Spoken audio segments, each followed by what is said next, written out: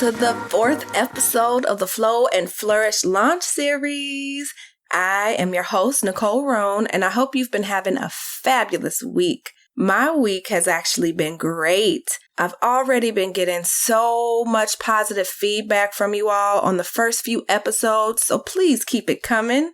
I am overjoyed that it's being well received, and I'm really excited about all the goodness we will be talking about here. So far, so good, and I believe it will continue to be that way. Aside from launching this week, another reason it's been a good week for me is because I've been productive and not just busy. And because of that, I've been executing my 4th quarter goals one piece at a time, and it feels so good. One of those goals was to launch this very podcast that you're listening to, so go me. Yep, I do celebrate myself and my small wins throughout the day to keep me going. I used to focus more so on what I didn't get accomplished or what I didn't get checked off my to-do list, and I can't tell you how much of a difference that small shift has made for me. I'm a firm believer that what you think ends up coming out of your mouth, and of course what you say is what you will start to see around you. So let's practice affirming good things, ladies. Can we agree to do that, especially in a time of such uncertainty? Speaking of which, today we will be talking about the third pillar of Flow and Flourish, which is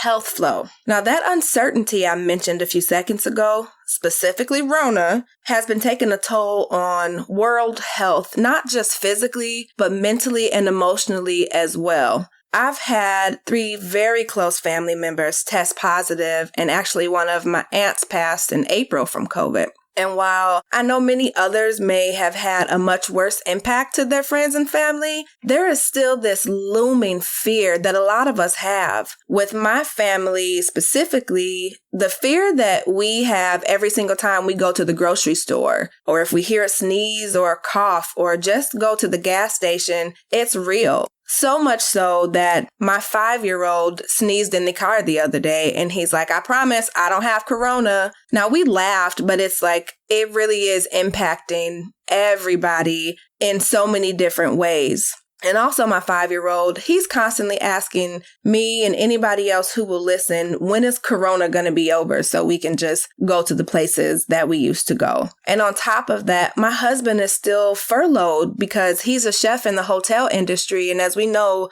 a lot of people are not traveling and going to hotels. So the mental anguish and stress and frustration that comes from just that, it can be a lot. So all of this really does impact much more than just our physical health. It includes our mental and our emotional health as well, which is what this pillar focuses on. It's our overall health as it relates to our mental and emotional and physical well-being. Now, when you Google the meaning or definition of what health means, I assure you that you will get a boatload of varying definitions and similar words. But the one I came across that stuck with me is from Webster. And it says that health is the condition of being in sound body, mind, and spirit. What I took from that is that you can't really call yourself healthy if you physically look in shape, but mentally you're unable to concentrate and constantly overthinking. And then that works vice versa. You're not really healthy if you're knocking it out of the park at work, getting salary increases and promotions left and right. But emotionally, you are detached and out of shape physically to the point where you can't even stand for more than 5 minutes without needing to sit down because it hurts. And I am the first to admit that I am a work in progress. And that's cool and all, but it's really half the battle. Being aware is always good, but what are you doing about what you know? And are you making intentional choices on a daily basis to be healthy? Again, I'm not saying I'm perfect. We all know that's unrealistic. But what I am saying is that when you know better, you do better. So are you making choices to support your health? Before I go too deep in, I want to talk about each of the areas within this pillar, starting out with mental health. Mental health is defined in general as our emotional, psychological, and social well-being, and it affects how we think, how we feel, and how we act. Our mental health also plays such a significant role in how we handle stress, how we relate to others, and the choices that we make. Let that sink in for a minute. All the skills you use at work to deal with clients, coworkers, and the demands of stakeholders are powered by your mental health. And on the personal side, all the skills you use at home to have communication with your boo, to decide whether or not to help out family and friends, it's that, and it also impacts the level of patience you have with your children. All of that is powered by your mental health. And I really want to pause for a minute and share with you a bit of my own experience with mental health, because there is so much stigma attached to this topic in corporate America, and even more so in the Black community, and that really sucks. So in order to really change that, we have to start making it part of our regular conversations so that it's not so taboo. Now, I talked a bit about my physical health issues in the first episode, but I didn't really go into detail around the mental impact outside of telling you what was going on in my life that led to the physical stuff. A little more than a year after I'd fully recovered from those high CPK levels that I mentioned in the first episode, those levels that were trying to take me out, I was functioning just fine, or at least I thought I was. But I started to notice that no matter how much sleep I got, I was still tired. I looked up one day and I was like, dang, I haven't seen, let alone talked to a friend or anyone that I'm not related to in a long time. On top of that, the one place where I was always shining and never really had any issues, which was at work, and it showed up in me by noticing that I was not meeting deadlines and I was unable to get stuff done that was on my to-do list no matter how much I planned. And that led me to thinking and feeling like, what is wrong with me? This is not like me, because when I do something, I do it with excellence or I don't do it at all. So yeah, spoiler alert, I am an overachiever, and anybody who knows me can really confirm this. Ask my husband, because I used to always hear him say, so it's go big or go home, huh, Nick? Like, even for a small barbecue though, babe, we don't need fruit, veggies, 3 side dishes, and 4 kinds of meats for just us. We really not feeding an army. But anyway, I digressed. When I noticed that I wasn't myself at work, I started to see other things like at home and how I had zero patience for anybody. I felt like I was on edge all of the time, and I would get overwhelmed and snap over the smallest things. I knew it was a bigger issue when one day I walked into work and my manager at the time started to say, "What's going on with you? You're not all bright and bubbly, being everybody's sunshine like you normally are. Is everything okay?" Now, my automatic response was yes, because truthfully, I didn't know what was going on and I was used to being okay. Shortly after that, I saw myself in a video that I'd recorded for work, and I absolutely had to do a double take because I couldn't believe it was me who I was seeing. I looked crazy as hell. I had dark circles under my eyes, my hair was all over the place, and more importantly, the look in my eyes was it was scary. I looked exhausted and just out of it. I don't even know how else to describe it. But after seeing that video, I started to Google my symptoms. Yes, I self-diagnosed, like we all do, with Google, but I came across an anxiety and depression questionnaire from my doctor's office. As I was taking it, I seriously remember thinking, I'm good. My husband is sober and has been for 6+ months. I'm making more money than I ever have in my life. I have a 15-minute commute to work. Life is good. Wrong. All wrong. Based on my honest responses, the results said that I needed to contact my doctor immediately. And I was legit mad. I remember saying out loud to my laptop, Black people don't get anxiety or depression. We strong. And then I thought, I'm a woman. And as women, we definitely don't get that because we are the glue that holds everything together. So although I convinced myself in that moment that I was fine, what I read still wasn't really sitting right with me. So the next day I talked to my sister and she looked at me and she said, "What would you tell me to do?"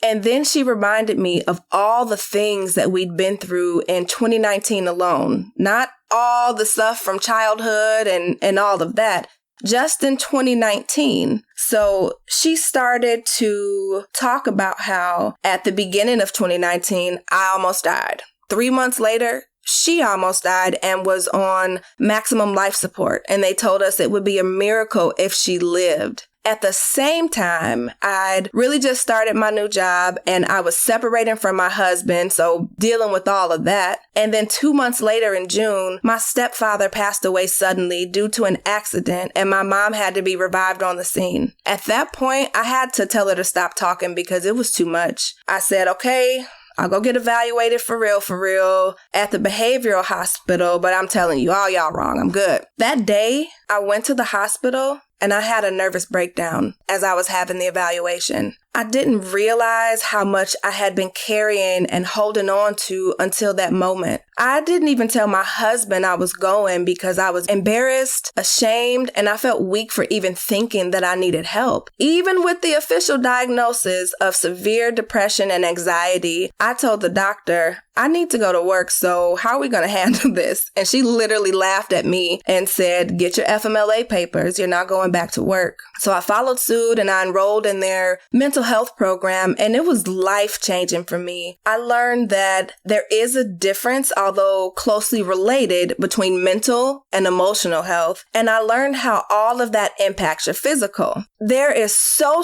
much I will share with you throughout this podcast that I learned, but to be mindful of your time, I really want to move on to emotional health. Okay, so emotional health. What is it and how is it different from mental health? Emotional health is having both an awareness of your emotions and having the ability to manage and express those feelings or emotions in an age-appropriate manner. In corporate, we call this emotional intelligence or EQ. And it's about being in tune with what you're thinking and feeling and how you respond or behave as a result of those emotions. What I've come to find out in my decade plus in the HR space is that there are way more people in leadership roles that have little to zero emotional intelligence, and it has a direct impact on company culture and business profits, especially if the leaders behave unprofessionally and allow other employees who behave similarly to get away with it. So this goes back to the work pillar and that toxic environment I mentioned. As people, if we stay in situations like that because the money is good, all that it's going to do is jack up your mental health. So if that's for you, get out now. Let's talk about what that looks like. Likewise, if you are unhealthy emotionally, you tend to treat the ones you love around you like crap because you've suppressed your emotions as a way to deal with them. You may not even realize that frustration, resentment, and anger are oozing from both your pores and your mouth. And there was definitely a point where I was like that. And it was because of what was going on with my husband and I, and anybody that walked into the room could cut the tension and energy with a knife because it was so thick. So we will talk a lot about tapping into our emotions throughout this podcast because they don't go away just because you bury them. They eventually surface and will keep surfacing until you figure out how to deal with them. And last but not least, we have our physical health.